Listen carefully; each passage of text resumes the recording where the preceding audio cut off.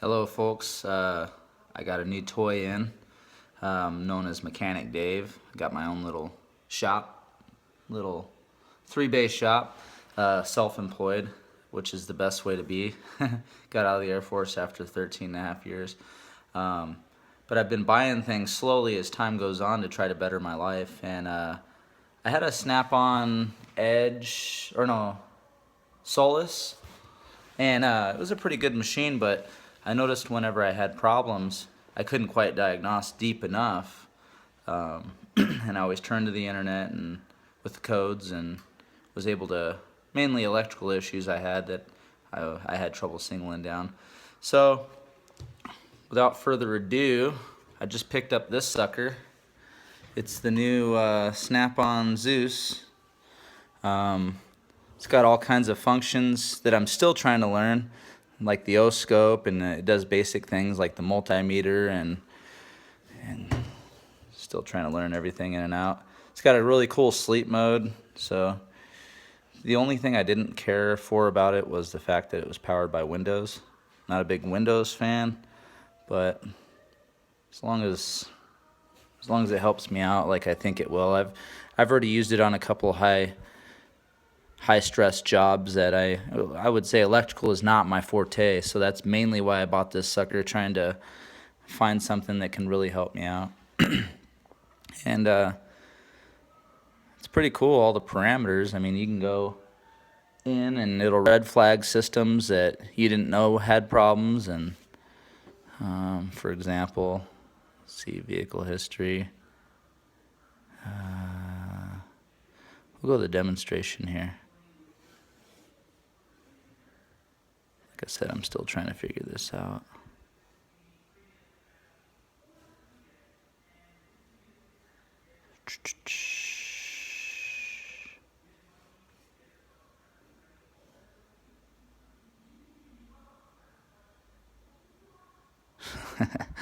I'm terrible at this, folks. I'm sorry. But anyway, the when you buy this sucker, it is a little pricey. The list price was $17K. Then if you get on their credit, it knocks 2,000 off, and then my trade-in that I had dropped it down to like 9,200 bucks is what I paid for it out the door. But I'm probably one of the worst people to demonstrate this, but I was just really excited and wanted to show it off. And I didn't need to lean it against the microwave because it's got a little thing that flips out. And then the cartridge here, the scope module, you can pull it out and you can test things on the car. The cool thing is the part that you would plug in that would normally be connected to a scanner is wireless at this point. And then the little fob that you plug in also has a light. You push a button on it and you can find your OBD port, and that stays charged off your OBD port. One thing I'm not too pleased about with this is the battery life on it isn't too great, so you got to kind of charge it in daily. I guess that was one of the things that I had with my my last Snap-on Solus. It got charged off the OBD port, so I literally never had to plug it into the wall. So see, like my Ford.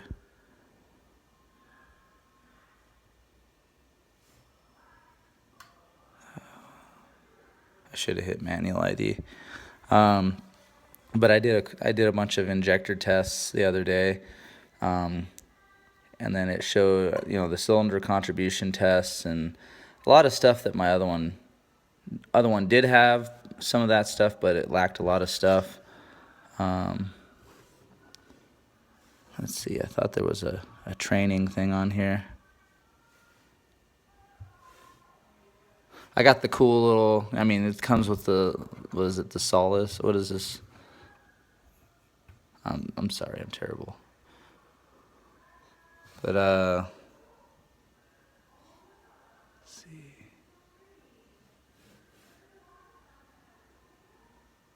There was a class last week I was supposed to go to, but I couldn't make it.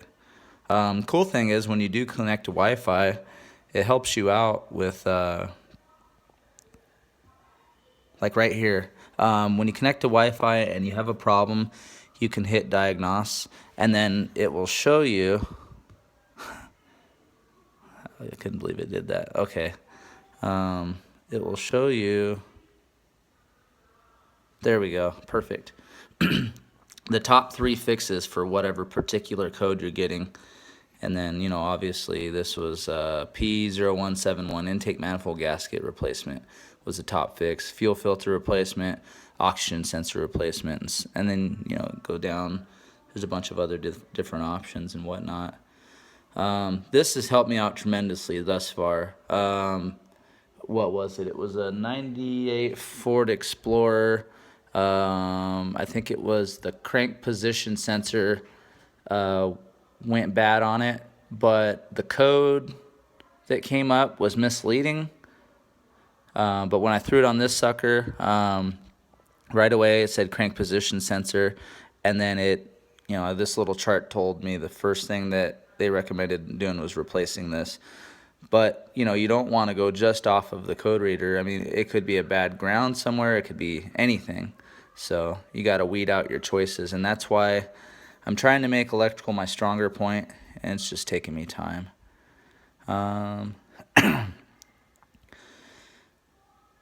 So, and then let you know how many other people, based on this, have fixed their problem. This is connected to a database, and so it also does, let's see, it gives you PIDs, it gives you technical bulletins about the manufacturer, what's going on. It even gives you a full layout. Like if it gives you a technical bulletin, it gives you a full layout of all the tools you're going to need, the estimated time of labor, the process to tear it down, the process to build it up. It's pretty cool. See, that's what I was talking about there. If you got something going on, it'll red flag things that are giving problems. And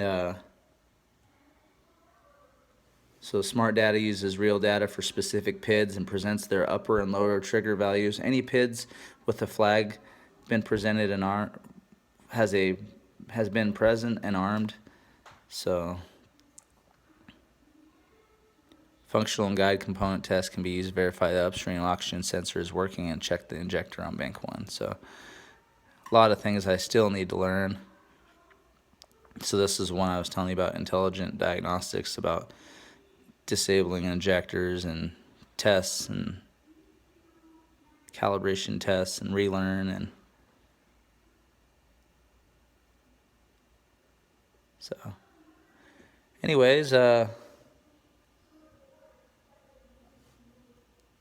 know that I'm going to get bashed for all the money I spent, and Mac Tools probably had something cheaper that did just the same amount. But I will tell you this, folks.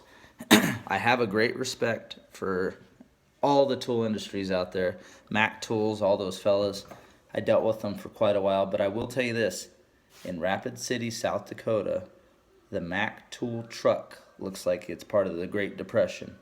You walk up on that truck. The thing I want when I walk up on a truck is I want a wow factor. I want to see things that make my brain tick, that make me think about what's going to make my job better. When I saw this scanner on the wall and it was in demo mode, I was like, what does that do and why is it better than mine? And he spelled it out for me. He was a good salesman. I might have got conned. I might not have. I'm still learning the ins and outs of this thing, but tremendously helped me so far in the week I've owned it.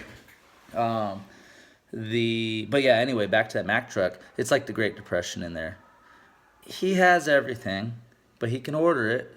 It's going to take a week to get in. I don't want to wait a week for something that I want to get wowed. I want something I could bring back into the shop today, get excited about, keep me motivated in the workplace because I'm a one-man band.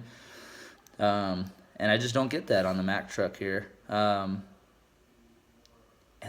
I order tools. He don't come by, man. It's been a month. I ordered a couple sockets from him. I still owe him money. I don't mind paying him, but he's got to come around here. And then on the Matt Tool truck, I mean, his whole electric gun line is DeWalt. I don't want to get on a tool truck and go and buy the same thing I can buy at Lowe's, Menards, Home Depot. I want something that is just unique, and that's why I went with the scanner. My wife wasn't too thrilled that I spent that kind of money, but it's going to make me money, and that's what you got to do in the long run. Buy things that are going to make you money. Spend money to make money. So if you guys got any questions about it, let me know. It also does act as a computer. You can surf the web on it. Pretty expensive interface. But do keep in mind with your buy, when you buy it, you get the 3-year package, updates for 3 years. Every update's $1,000. And then it's covered under warranty for defects and whatnot for 1 year. So hope that helps you out. I don't think it did. I was just excited and wanted to show you guys the tool I got. Hopefully I didn't come off as too big of an idiot, but take care, guys, and hopefully you guys have a good week.